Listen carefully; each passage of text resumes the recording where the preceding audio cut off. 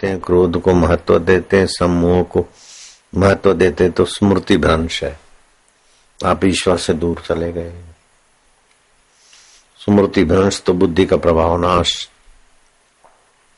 बुद्धि नाश से अपना ही नाश। अगर आप बाह्य सुखों का, विषय विकारों का चिंतन नहीं करते, उनके संग में रमना पसंद नहीं करते, कामना का महत्व नहीं रखते, लोभ को महत्व नहीं देते, क्रोध को नहीं फटकने देते, महत्व नहीं देते, सम्मोहित नहीं होते, तो बुद्धि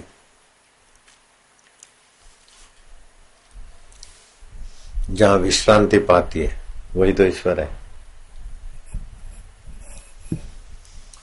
मन और बुद्धि को काम क्रोध विषय विकार रहित जहां सुख मिलता है वही ईश्वर है, वही ईश्वर है। निर्विकारी सुख जहां है वहां ईश्वर है। उससे बुद्धि पुष्ट होती है। जब मन के कहने में चलती है बुद्धि तो कमजोर हो जाती है। मन विकारों के कहने में होता है। देखना, सूंघना, स्पर्श करना, ये काम विकारी है, वो सब। तो जब विकारों के पक्ष में मन होता है तो बुद्धि को घसीटता है, तो अधोगति के तरफ जाते हैं। जब ईश्वर का चिंतन करके निश्चिंत अवस्था में होते हैं तो बुद्धि में ईश्वर तत्व का ज्ञान होता है और मन में ईश्वर के लिए प्रेम होता है। तो ज्ञान और प्रेम मिलकर जब बाहर का कुछ नहीं करते, उस समय मन बुद्धि कहाँ होते, ईश्वर में ही होते।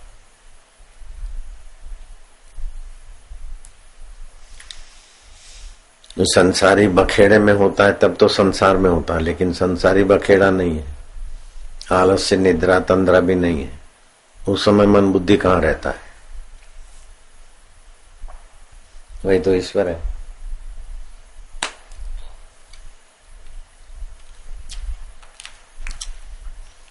ईश्वरो सर्वभूतानां हृदय से अर्जुन तिष्ठति। है तो सर्वत्र, लेकिन हृदय में अनुभव होता है, इसलिए बोलते हृदय से तिष्ठति। ब्राह्मण सर्वभूतानि, सारे जीव भ्रमित हो रहे हैं, भ्रमण कर रहे हैं बाहर। कीड़ी भी बाहर सुख खोज रही है, मकोड़ा भी, ऐसे मनुष्य भी सब बाहर सुख खोज रहे हैं।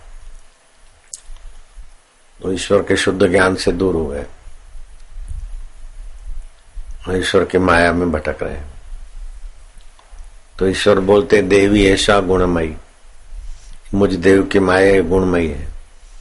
राजसी तामसी सात्विक गुणों से जो संसार का आकर्षण बना है, उसी में जीव भटकते हैं।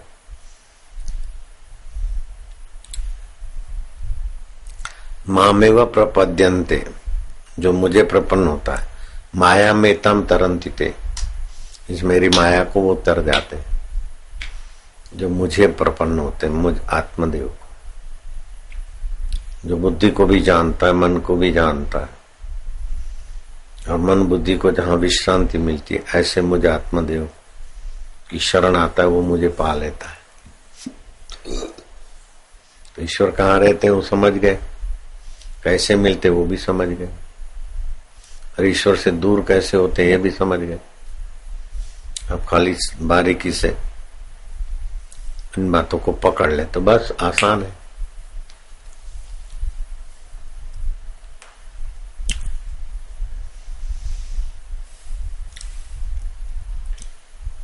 डिग्रियां हासिल करने से ईश्वर के साथ कोई संबंध नहीं। डिग्री पाएंगे तो ईश्वर मिलेगा नहीं। डिग्रियां संसार के लिए होती है। शरीर तंदुरुस्त रहेगा तो ईश्वर मिलेगा नहीं, बीमार होगा तो ईश्वर मिलेगा नहीं। ईश्वर को पाने की तत्परता हो, चाहे फिर कैसी भी अवस्था हो।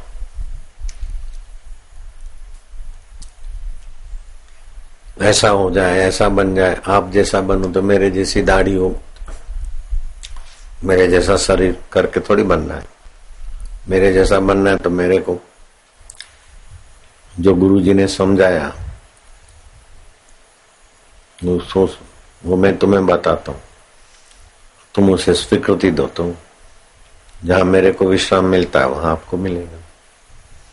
जहां मेरा ईश्वर है वहीं आपका ईश्वर है। ईश्वर तो एक ही है। तुलसीदास जी का ये दोहा मैंने पढ़ा तो, तुलसी राम कृपा पायो विश्राम। भगवान की कृपा से मैंने विश्राम पाया। जहां बुद्धि को विश्राम मिलता है, ये विकार नहीं होते हो, बड़ी शांति व्यापकता, वहीं ईश्वर। हे हरि, हे प्रभु, ओम ओम ओम। साधन के बल से ईश्वर को पाएगा तो अहंता जोर मारेगी।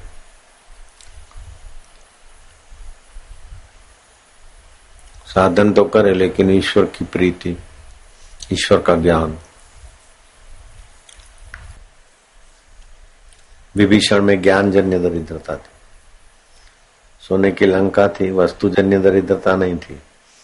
रावण में भावजन्य दरिद्रता थी। सब कुछ होते हुए भी इससे और सुंदर मिले, सुंदरी मिले, भावजन्य दरिद्रता।